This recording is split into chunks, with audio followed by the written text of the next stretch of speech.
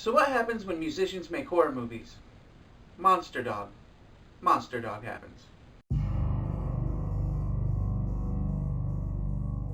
And you're scared of werewolves. Monster Dog, directed by Clyde Anderson, starring Alice Cooper, is about a pop star who goes back to his childhood home to shoot a music video, only to learn that the town is being terrorized by a mad pack of dogs. So, let's get to it. The movie opens with a music video by Vince Raven, which is Alice Cooper's character, called Identity Crises, which I'm actually pretty sure is not correct. Isn't the plural for crisis crises? Do we have a dictionary? No? Fine, never mind then. The song talks about Vince having an identity crisis, and he alternates between different costumes to illustrate that point. When the video's over, we learn that Vince has been watching it on a TV VCR that had been rigged up in a van. His girlfriend / videographer Sandra is driving, and the rest of his crew is in the back. Sandra asks him what he thinks of the video. He says he thinks it stinks, and he wants the next video to be better. We learn that his record company thinks the exact same thing, and that's why they're sending him back to his hometown to try to inspire him to create a new video. The movie cuts to a shot of old man making a big plate of sandwiches. This, we learn, is the caretaker for Vince's old house. Now, he hears a noise outside and goes to investigate, thus violating one of the basic rules of horror movies, so we pretty much know what's going to happen. He goes outside and finds himself surrounded by a pack of snarling dogs. The movie cuts to Vince and his crew pulling up to a roadblock manned by the sheriff and his deputy. We learn that Vince and the sheriff know each other, and they begin to reminisce. Sheriff Morrison. Yeah, I remember. I used to sit on your lap and piss all over your pants, right? After a while, the sheriff lets them go back on their way, warning them about the dogs and the fact that the townspeople still haven't forgot about Vince's father. The secret about Vince's father is revealed about halfway through the movie. After Vince is gone, the sheriff wanders off into the fog to investigate a noise. That's twice now, right?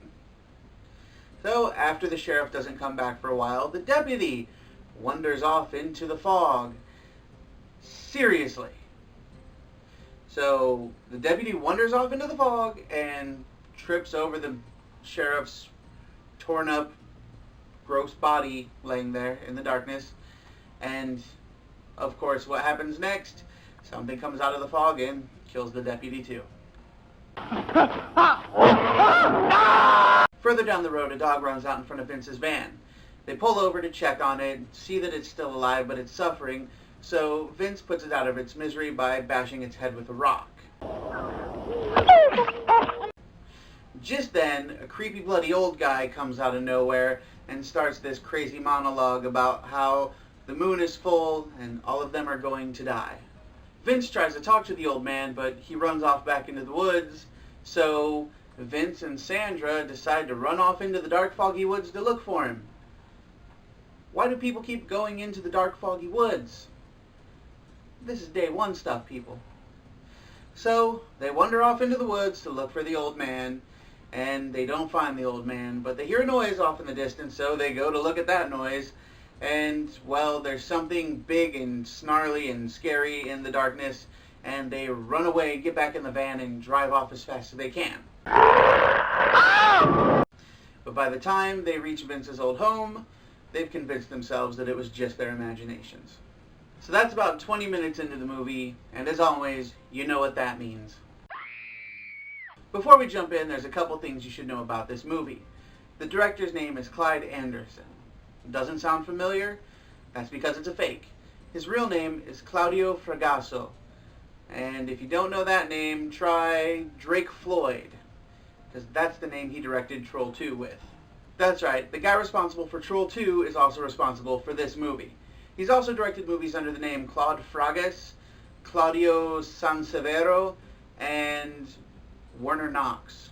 So don't expect too much in the way of quality, as whatever budget they had seems to have been spent on getting Alice Cooper as the lead role. As far as Alice Cooper goes, I was willing to cut him all sorts of slack for this movie. A lot of people will probably disagree with me, but I thought Alice Cooper was actually pretty good in this movie. At the time this was made, Alice Cooper had just had 3 albums bomb in as many years. He was fresh out of rehab for a severe alcohol addiction, and he was more or less unofficially retired from music. And he was kind of getting back into the habit of working. Now, aside from not even being a film actor, I really expected him to phone this one in. One of the things about this movie is that all of Alice's lines are dubbed by somebody else.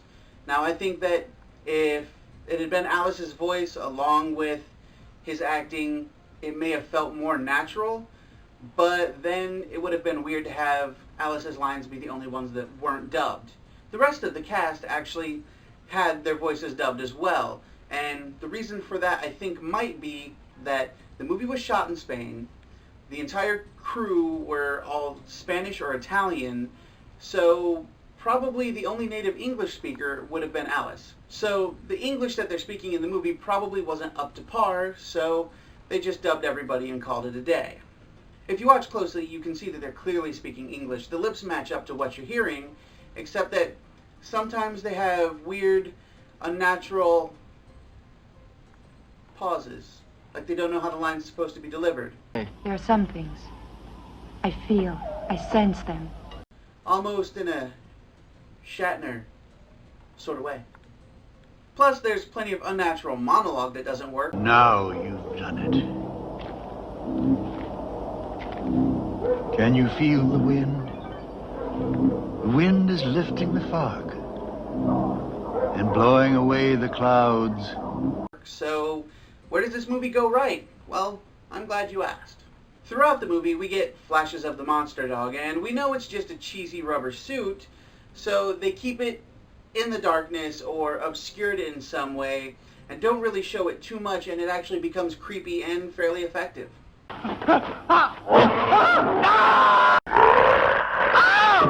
In the last 30 minutes of the movie, the house is invaded by a group of guys that I can only describe as kind of being a grittier version of El Guapo and his goons from the Three Amigos. And these guys are hell-bent on putting a silver bullet through Vincent's heart because they think he's a werewolf. And we also learned that they're the same guys that did that to Vince's dad about 20 years before. I think I understand. You are the same band that killed Vince's father. So, not being fond of being murdered, Vince takes matters into his own hands, which leads to probably the best kill in the entire movie. Hey, you!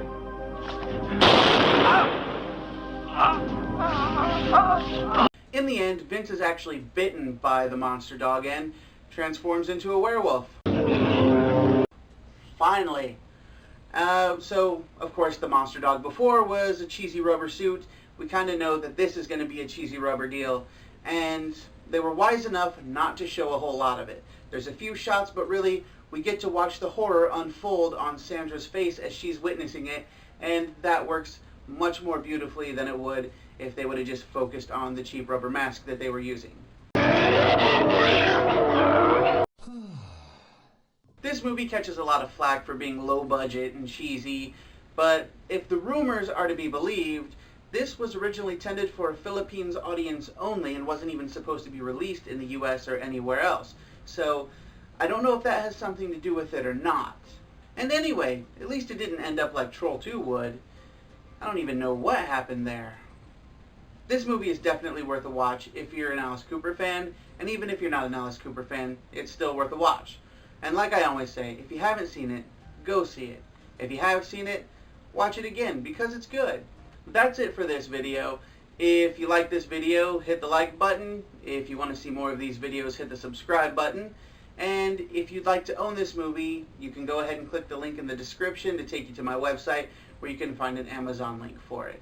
If you want to get a hold of me to tell me literally anything or just recommend a movie that you think that I should review, you can do that in the comments below, or you can catch me on Facebook or Twitter, both at the Horroritis.